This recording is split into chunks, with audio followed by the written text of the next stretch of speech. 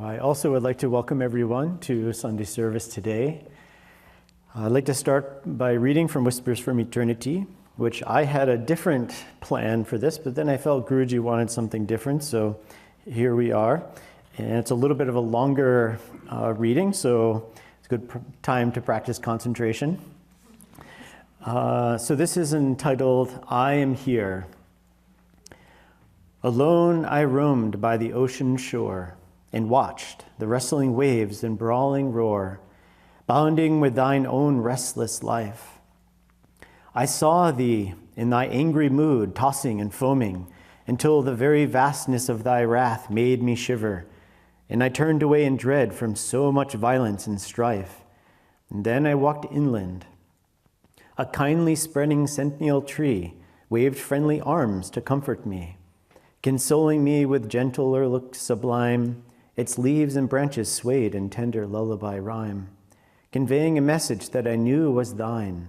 Above me high, I saw the gaugeless mystic sky. In childlike and dim valleys I sought to pry out thy secrets and to play with thee. In vain at last did I seek thee hiding there, cloud-robed, foam-sprayed, leaf-garlanded, too elusive for mortal eyes to see and ears to hear. And yet I knew that thou wert always near, as if playing hide-and-seek with me, receding each time when I almost touched thee. I groped for thee in the maddeningly complex folds of dark ignorance as old as time itself is old. At last I ceased my search, almost in despair. What hope had I of finding thee, thou royal sly eluder? Thou art, I know, everywhere, yet thou seemest nowhere, lost in unplumbed space, where none may clasp thee or behold thy face. Yes, despairing, I ceased my fruitless search, turned huffingly away from thee. My ploy was unsuccessful. Still no answer from the wrathful sea, and only whispers from the friendly tree.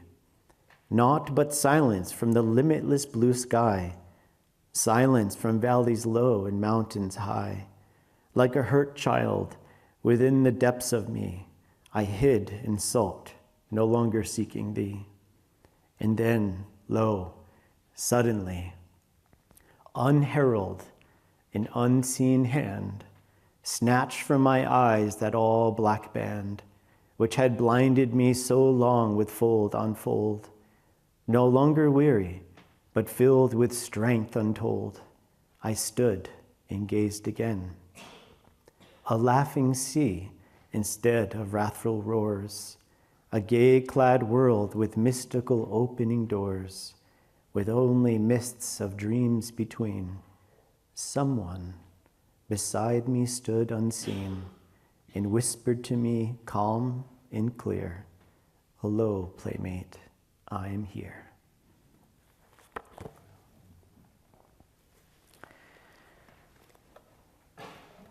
And so, well, of course, one of the many favorite poems and prayers and Whispers from Eternity.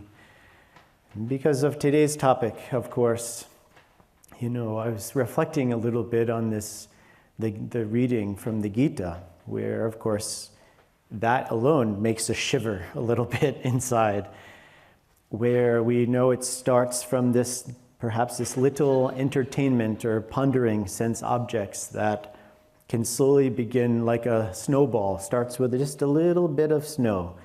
And then over time, it becomes this gigantic heap of ice that's just feels almost impossible to move.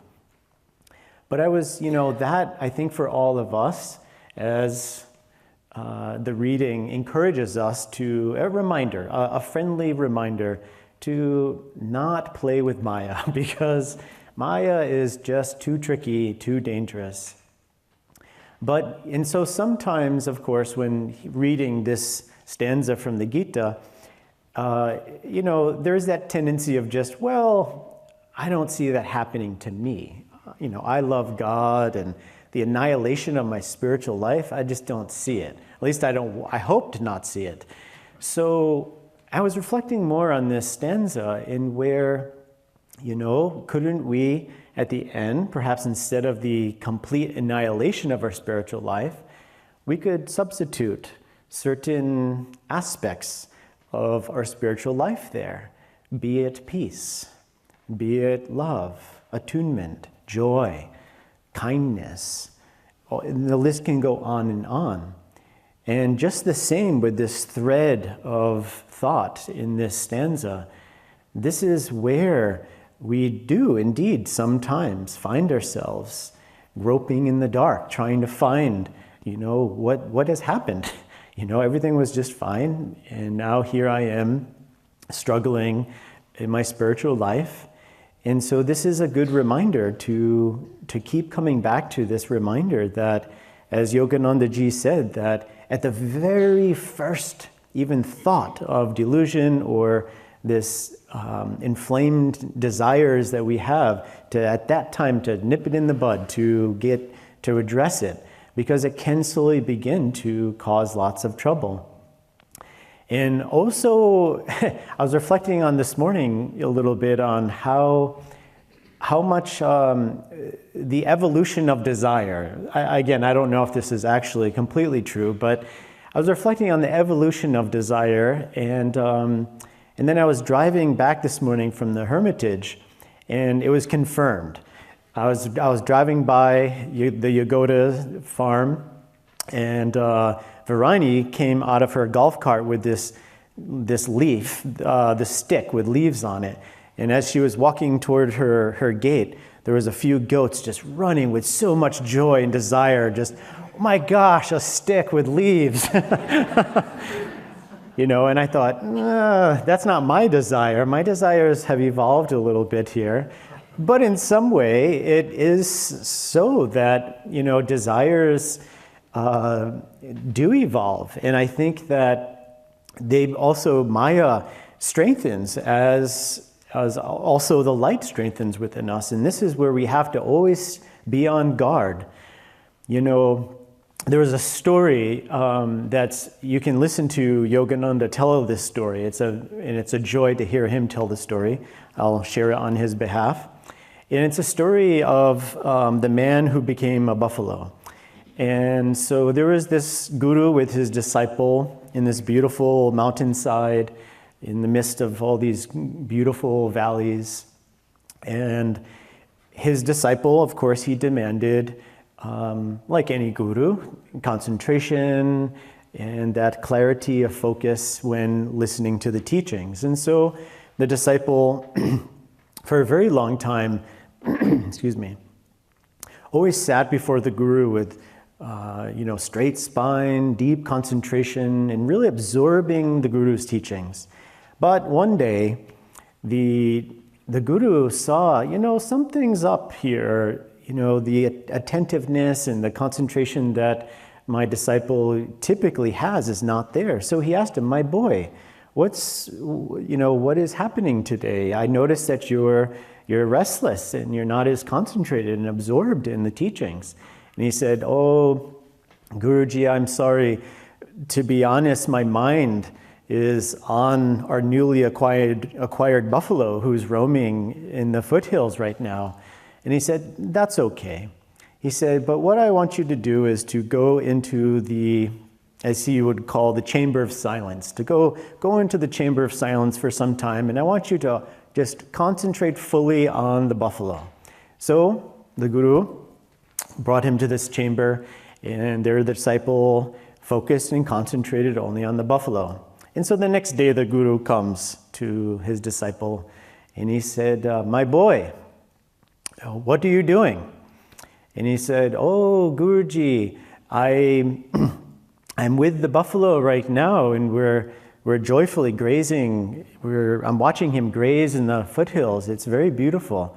And he said, okay. He said, should I take the buffalo and come with you? And he said, no, you stay in the chamber, just concentrate, I'll be back. So a couple of days go by, and the guru comes back, and he said, my boy, what are you doing now? And he said, "Oh, Guruji," he was in so much joy. He said, "Oh, Guruji," he said, "I have the buffalo in my room and I'm feeding it." And just, he was so joyful. And so he said, "Should, we come with you?" And he said, No, you stay, keep concentrating on the buffalo." And so a couple more days passed, and the Guru comes back and checks and he says, "Now what are you doing, my boy?" And the disciple let out a big roar. "Ooh!" And he said, "What are you doing?" The Guru said, and he said, "I am the buffalo." "I am the buffalo." And he said, "Okay," the Guru said, "Okay, Mr. Buffalo, time to come out." And he said, "But I can't. I can't fit through the door with my big horns and my big body." And so the Guru came in and blessed him, and he, of course, came back into the body. But this story, which is one, it's always fun to listen to a master tell this story. But there's also a really deep lesson in this story, that as we become increasingly focused on the object of our concentration, we become that. And there lies the importance for us as disciples to be ever watchful of the mind, the power of thought, the power of desire, of concentration. And isn't it so? It's so easy to focus on our shortcomings, to focus on our mistakes. And it's very, very dangerous for us to do this, because indeed, the more we concentrate on the object of our attention, we become that. Wherever our energy is focused, that's where we will go. And so our Guru reminded us so many times that I do not mind your mistakes, only your indifference. And so what is our response? What is our response when perhaps we do find ourselves falling short from perhaps our own expectations or from our knowing of our Guru's wishes and guidance in our life? But our first reaction really is perhaps the most important. There's a story of a devotee who was with Master at Mount Washington, and against the Guru's will, she left the ashram. She left to go engage in, one could say, desire, or she had this karma that she left. And she left for some time until she felt it's time. It's time to come back home. It's time to come back to the Guru. And she did. And she came to the front door, and the Guru Bhai, who answered the door, said, "You, how dare you come back and show your face?" And the disciple's response was, "What do you want me to do? Worship my mistakes?" And she came back, and she was a high soul. And of course, Guruji welcomed her with open arms. And so that's the first part of us knowing that the Guru's love is unconditional, it's unending. It doesn't matter what we do, what we don't do. At the end of the day, the Guru will always be there with open arms, with an open heart, embracing you and helping you to overcome that which you are being challenged by. But one very good piece of advice that I found to be very helpful.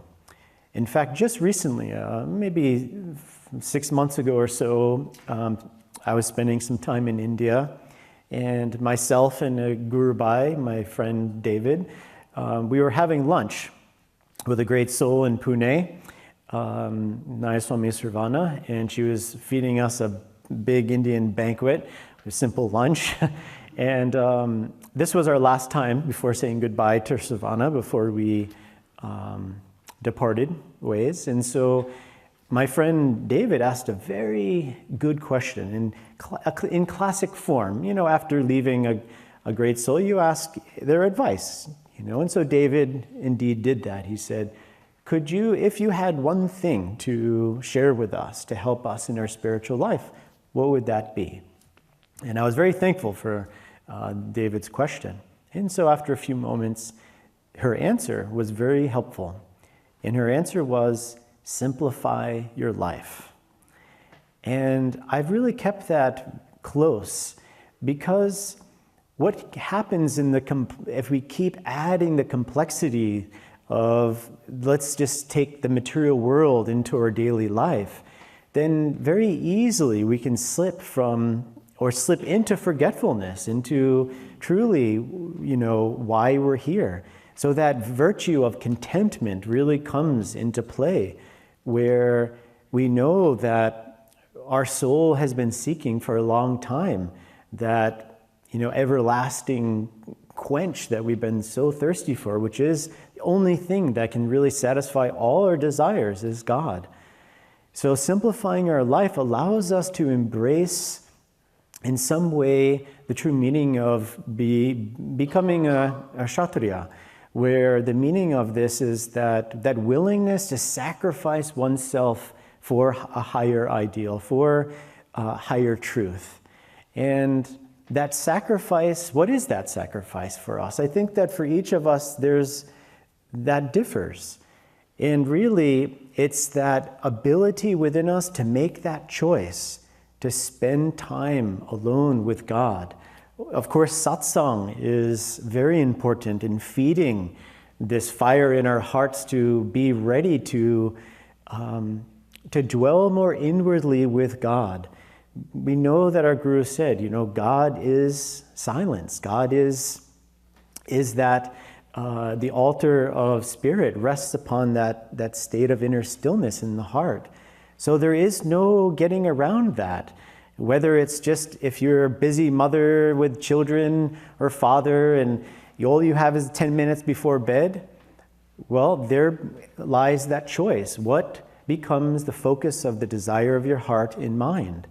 But to take that time and to give fully of yourself to that desire for God, and to know that outwardly it matters less of perhaps we think that we must do great works, writing thousands of books or all of these things. But as we saw in the life of Swami Kriyananda, yes, it was a part of serving his guru, why he did this. But with Swami, he always came back to that wasn't the most important thing. What was most important thing for him was what was in his heart, that active state of discipleship that guided his whole life. And in so many ways, there's thousands and thousands and thousands of details. Even in just one day, there's thousands of details, but there's only one thought of God. There's so many thoughts, there's so many things that we engage in, but there's always just that one thought. There's that one place within us that's still, and it's always with us, which is God. And so as we explore our daily life, that to remember to keep coming back to that place within us, which is very simple to come back to. This is the power of japa. There's a very powerful practice to help us to come back to that place within ourselves that's beyond the desires or the thwarting cross currents of ego guiding us left and right and getting caught in the details. The details are important. I hope that Ananda Village doesn't crumble after this talk. Whoa, Jitendra said that the details aren't important. Well, things would get pretty ugly, I think, pretty quickly. But I think you know what I'm saying, that to not get lost in the details, but to come back to that again, that one thought of God. This very powerful affirmation and practice that I've used for many years, given to us by Yogananda, but Naya Swami Anandi actually introduced this many years ago as an invitation for us to practice, have something to come back to. And I'd like to share this with you.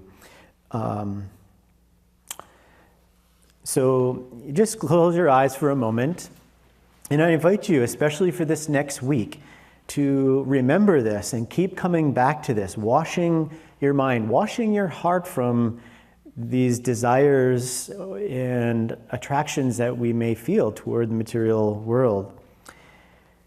So you can inwardly just repeat this silently. I relax and cast aside all mental burdens, allowing God to express through me his perfect love, peace, and wisdom. I relax and cast aside all mental burdens, allowing God to express through me his perfect love, peace, and wisdom. I relax and cast aside all mental burdens, allowing God to express through me his perfect love, peace, and wisdom. It's a very beautiful practice, especially when we start to find ourselves getting caught in these swirling, endless eddies of desires, and when we start to get caught in our focus. And this is really, with Judas's exploration with his karma, his desires, it preceded before the big colossal mess up with Christ. You know, this is why in the reading there's a mention of his time where he became upset with this ointment. Maybe it was his attachment to money that Swami Kriyananda writes about, how it was always there.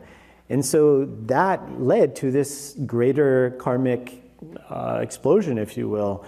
And so for us to just keep coming back to wash the mind, wash the heart, offering yourself to God. There's a very beautiful prayer that Sri Ramakrishna would use, and Sri Ramakrishna would, bow at Divine Mother's feet, and he would repeat this prayer.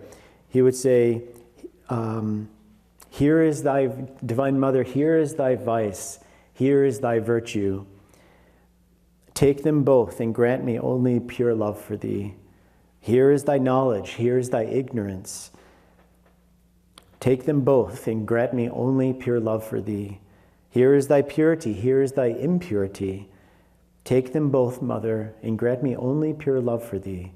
It's a very beautiful prayer to keep coming back to that central focus in our hearts, to know that all we need to do is to keep offering our hearts to God, both the positive aspects and those of our struggles, and know they will render positively at the end.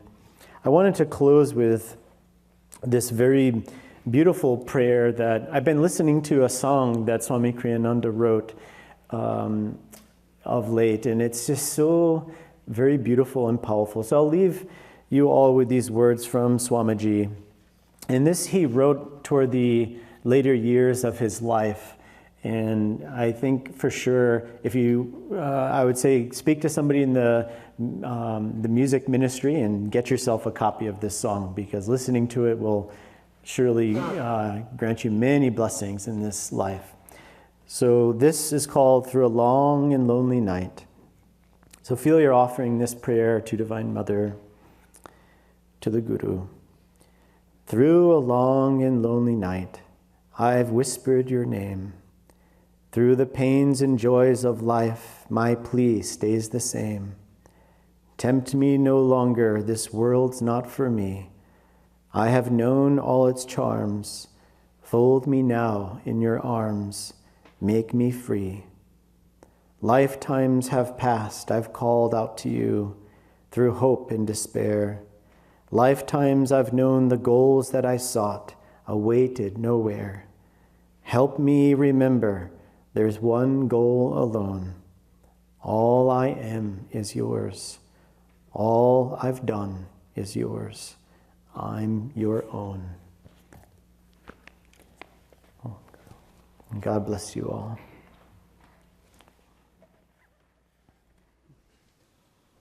Lift your hearts up to the Lord. Hallelujah, hallelujah. Spread the news that He is joy. Hallelujah, hallelujah. Sing in the mountains, sing in the meadows, sing hallelujah, God is joy. Lift your hearts up to the Lord. Hallelujah, hallelujah. Spread the news that He is truth. Hallelujah, hallelujah.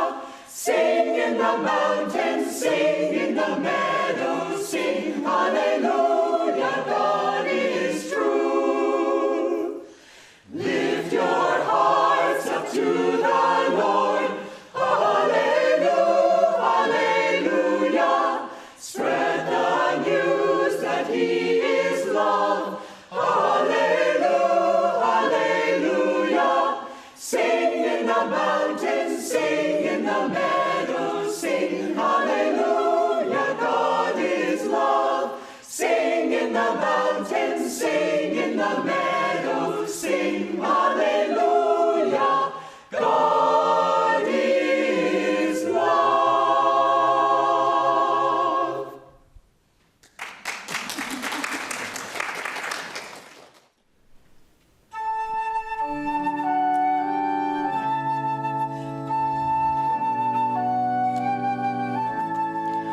To souls that were fallen, he spoke of God's love and coaxed them with kindness to turn back again.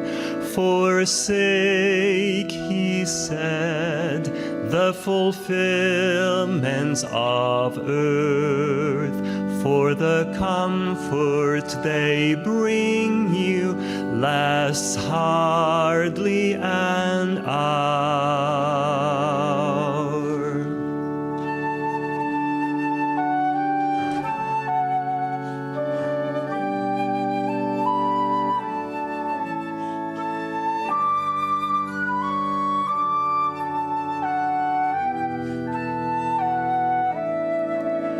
Forsake, he said, the fulfillments of earth, for the comfort they bring you lasts hard